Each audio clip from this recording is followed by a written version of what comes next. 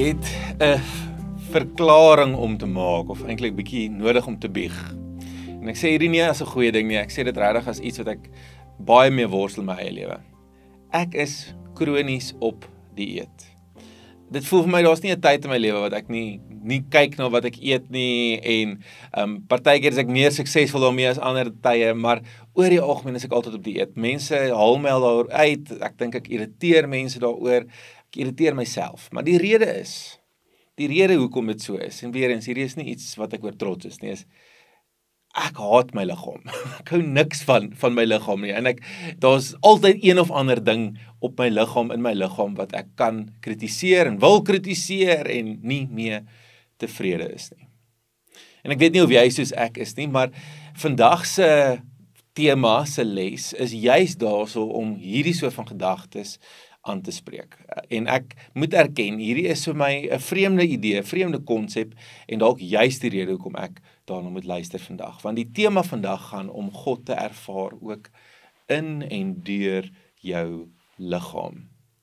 En vir my voel dit altyd as ek op dieet gaan dit juist omdat ek my liggaam haat, omdat ek glad nie tevrede is nie. En om dan te sê, in hierdie deel van my wat ek so negatief oor dink, so gereeld, dan te dink, God is daar, is eintlik vir my 'n vreemde konsep, vir my persoonlik, en daarom spreek vandag se sessie my eintlik dalk persoonlik aan, en hooplik 'n paar van julle ook. So, vandag se gedeelte wat ek wil hê ons moet saam lees in die groepe, en julle kan dit asseblief rustig op julle eie tyd deurgaan. My voorstel sal wees, lees die gedeelte, pause die video nou, nadat ek hierdie gelees het, hê 'n gesprek daaroor, kyk wat met jou gebeur, en dan kyk jy die res van die video van daar af verder. So ek lees vir ons uit Handelinge 17, en vandag sommer net uit die 2020 vertaling lees, jy kan enige vertaling kies wat jy wil. En dis 'n gedeelte waar Paulus by die Areopagus in Athene kom, en die Areopagus is eintlik 'n gespreksplek, waar daar debatte gevoer is, so tussen al die verskillende tempels en godsdienste en sovoorts, en dis 'n baie bekende speech wat Paulus hierso gee, en hy spreek eintlik die Atheners aan, om te sê, hoor julle bid vir hierdie onbekende God, want hulle het 'n ekstra tempel gehad vir die onbekende God, net vir in geval hulle nie al die bases cover nie. En dan praat hy met hulle oor die afgodsbeeldjies, en hy praat met hulle oor hoe hulle oor God kan dink, en dan net van vers 24 af, die volgende woorde, en dis waarop ons bietjie wil fokus vandag. Vers 24, Handelinge 17. Die God wat die wêreld gemaak het, en alles wat daarin is, hy wat Here is van hemel en aarde, woon nie in tempels wat met hande gemaak is nie. Hy word ook nie deur menslike hande bedien, asof hy aan iets behoefte het nie. Dit is hy wat aan almal lewe en asem, ja, alles gee. Uit een mens het hy al die nasies van die mensdom gemaak, om die hele aarde te bewoon. Hy het vir hulle vasgestelde tye gegee, en die grense van hulle woongebied bepaal, sodat hulle God kon soek, en miskien na hom sou uitreik, en hom sou vind, aangesien hy nie ver van een van ons af is nie. Want deur hom leef ons, beweeg ons, bestaan ons, so sommige van julle digters inderdaad gesê het, ons is ook van sy geslag. Hier is die gedeelte wat ek graag wil hê julle moet saam lees, bietjie oordink. As jy hierdie gedeelte gaan lees, gaan jy agterkom, Paulus maak 'n punt, en ons kry hierdie punt op 'n paar ander plekke in die Nuwe Testament ook, van dat God nie in 'n tempel of 'n beeld vasgevang kan word nie. En die idee wat hy sê, en die woorde wat vir my so mooi is, hy gee lewe en hy gee asem. En asem is vir my so 'n belangrike ding, want as jy Genesis gaan kyk, as ek nou nie mis het nie, is dit Genesis 2, begin van Genesis 2, dan sal God die mens maak, sy moddermannetjie, en dan blaas hy sy eie lewensasem in die mens in. En dit is uniek van die mens, is dat die mens God se asem het. En wat sê die Lukas hierso? Eintlik sit hy die woorde in Paulus se mond. Wat sê hy hierso? Hy sê God gee vir almal lewe en asem.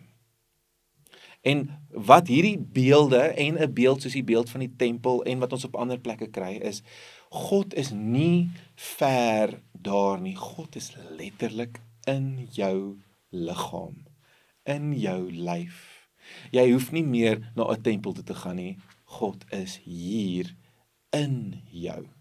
Nou, hierdie is 'n gedagte wat ek nog nooit ernstig gedagtes aangegee het nie, of tyd aangegee het om oor te dink nie, want juis omdat ek, soos ek dink baie gelowiges, 'n onderskeid beginne maak het tussen liggaam wat sleg is en gees wat goed is. Ons het hierdie idee van die vlees is sondig, maar die gees is eintlik wat verlos en gered word.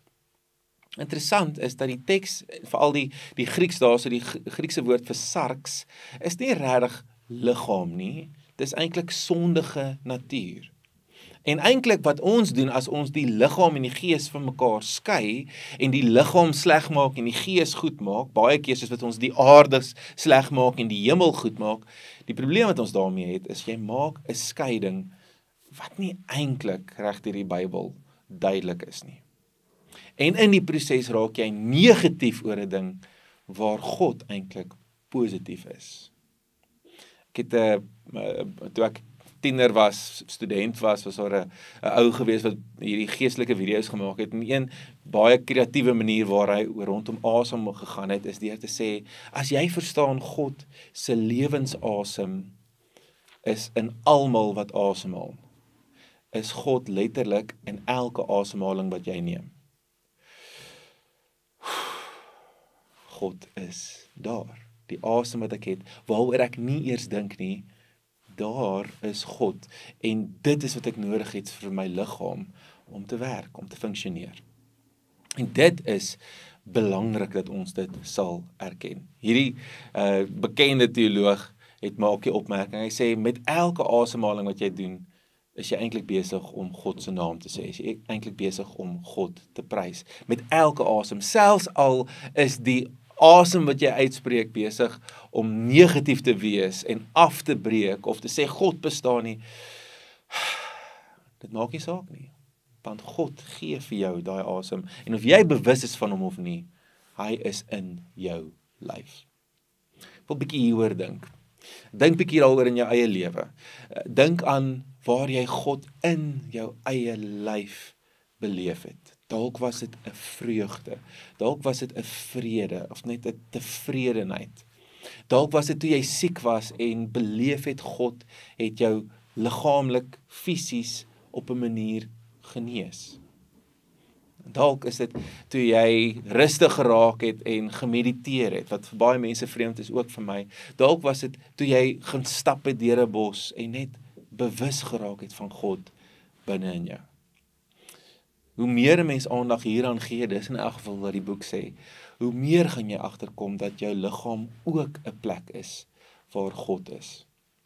Die liedjie wat my eintlik al baie irriteer is, die Here het jou mooi gemaak, hy het jou baie mooi gemaak. Ek is eintlik glad nie lief vir daai liedjie nie, maar die kids love it, so dan gaan ons maar daarmee.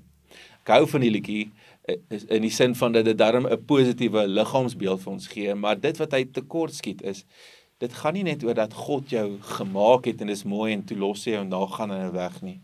God is in jou, by jou, met elke asemhaling. Ons sluit vandag se sessie af, as julle nou hieroor gepraat het oor hoe Paulus ook juis hierdie gedagtes bymekaar bring om te sê, maar God is nie meer in tempels nie, hy is nou hier naby, hy is awesome.